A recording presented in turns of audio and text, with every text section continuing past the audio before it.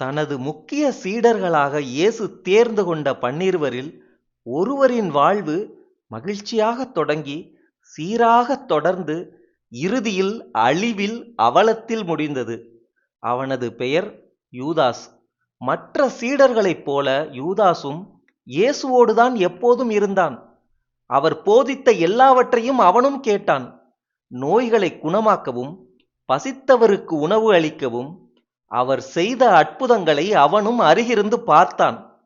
இயேசு 12 போய் நற்செய்தியை அறிவியுங்கள், நோயுற்றவரை குணமாக்குங்கள் என்று சொல்லி வெவ்வேறு ஊர்களுக்கு அனுப்பிய போது யூதாசும் அவர் சொன்னதைச் சொன்னபடி செய்தான். 12 யூதாசுக்கு இருந்த தனிச்சிறப்பு அவனுக்கு தரப்பட்டிருந்த பொறுப்பு. இயேசுவுக்கும் சீடர்களுக்கும் உரிய பொது பணம் அவனிடமே இருந்தது. அவர்களின் பொருளாளர் யூதாஸ்தான்.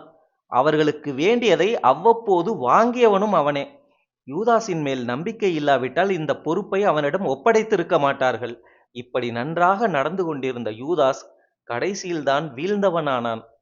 யூதர் தலைவர்கள் இயேசுவை கொல்ல திட்டமிட்டு அதற்கான வழியையும் சரியான நேரத்தையும் தேடிக்கொண்டிருந்த போதுதான் யூதாஸ் சிக்கினான். லாசரின் வீட்டில் இயேசுவுக்கு அளிக்கப்பட்ட விருந்தின் போது லாசரின் சகோதரி மரியா நறுமண தைலம் கொண்டு வந்து இயேசுவின் பாதங்களில் பூசிய போது யூதாஸ் இந்த தைலத்தை விற்று பணத்தை ஏழைகளுக்கு கொடுத்திருக்க கூடாதா என்று கேட்டவன் யூதாஸ். இப்படி அவன் கேட்டதற்கான காரணத்தையும் பைபிள் குறிப்பிடுகிறது. ஏழைகள் பால் கொண்டிருந்த அக்கறையினால் அல்ல, மாறாக அவன் ஒரு திருடனாக இருந்ததால் தான் இப்படி கேட்டான். பணப்பை அவனிடம் இருந்தது. அதில் போடப்பட்ட பணத்திலிருந்து அவன் எடுத்துக்கொள்வதுண்டு. சீடனை திருடனாக்கிய இந்த பணத்தாசைதான் அவனை தன் குருவையே காட்டிக் கொடுக்கும் துரோகியாக ஆக்குகிறது.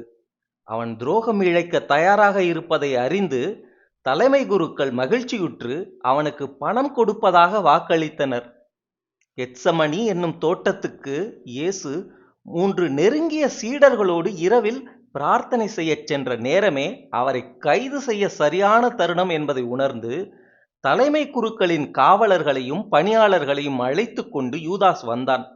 அச்சமும் துக்கமும் இயேசுவை ஆட்கொள்ள அவர் மனமுருகி இறைவனிடம் மன்றாடிய அந்த வேளையில் இந்த துரோகத்தை யூதாஸ் நிறைவேற்றினான். இரவு என்பதால் கூட்டத்தில் இயேசுவை சரியாக அடையாளம் காண்பதில் குழப்பம் ஏற்படலாம். அதை மேற்கொள்ள யாரை குருவே என்று அழைத்து முத்தமிடுகிறேனோ அவரே இயேசு, அவரை பிடித்து கொள்ளுங்கள் என்று பேசி திட்டமிட்டு அதன்படியே செய்கிறான். நட்பின் அடையாளமான முத்தத்தை ஒரு நயவஞ்சகச் செயலுக்காக அவன் பயன்படுத்துவதை இயேசு மென்மையாக சுட்டிக்காட்டினார்.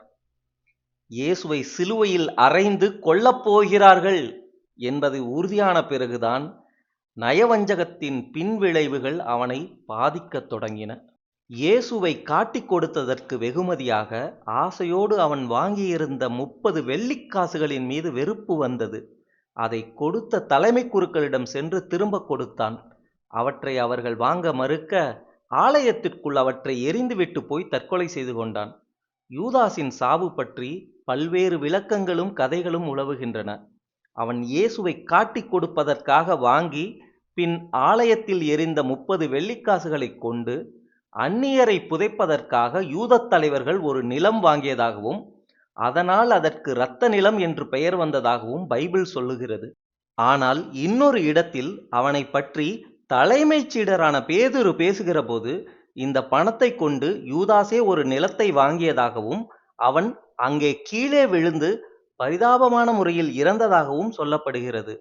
சில அறிஞர்கள் இந்த 2 வேறுபட்ட குறிப்புகளையும் இணைத்து யூதாஸ் தற்கொலை செய்து கொள்ள முயன்றபோது கயிறு அறுந்து அவன் கீழே இருந்த பாறையின் மீது விழுந்து உடல் சிதைந்து இறந்திருக்கக்கூடும் என்கின்றனர். நிக்கோதேமுவின் நற்செய்தி எனும் அங்கீகரிக்கப்படாத ஒரு நூலில் இப்படி ஒரு கதை இருக்கிறது. இயேசுவை காட்டிக் கொடுத்த யூதாஸ் வீடு திரும்புகிறான். அவனது மனைவி அடுப்பில் கோழிக்கறி சமைத்து கொண்டிருக்கிறாள். அவன் கவலைக்கு காரணம் கேட்க யூதாஸ், இயேசுவை காட்டிக் கொடுத்து காசு வாங்கிவிட்டேன், நிச்சயம் அவரை கொன்று விடுவார்கள், ஆனால் அவர் மீண்டும் உயிர் பெற்று வரலாம், அப்படி வந்தால் நான் செய்த இந்த செயலுக்காக என்னை நிச்சயம் தண்டிப்பார் என்கிறான். மனைவி சிரிக்கிறாள். இங்கே பார், இப்போது நான் சமைத்துக் கொண்டிருக்கும் இந்த கோழிக்கு மீண்டும் உயிர் வந்துவிட்டால் அந்த இயேசுவும் உயிர்ப்பார் என்று நம்புவேன் என்று கேலி செய்கிறாள். மறுகணம் உயிரிழந்து உரிக்கப்பட்ட கோழி மீண்டும் உயிர் பெற்று பழைய தோற்றம் பெற்று கூவத் தொடங்குகிறது.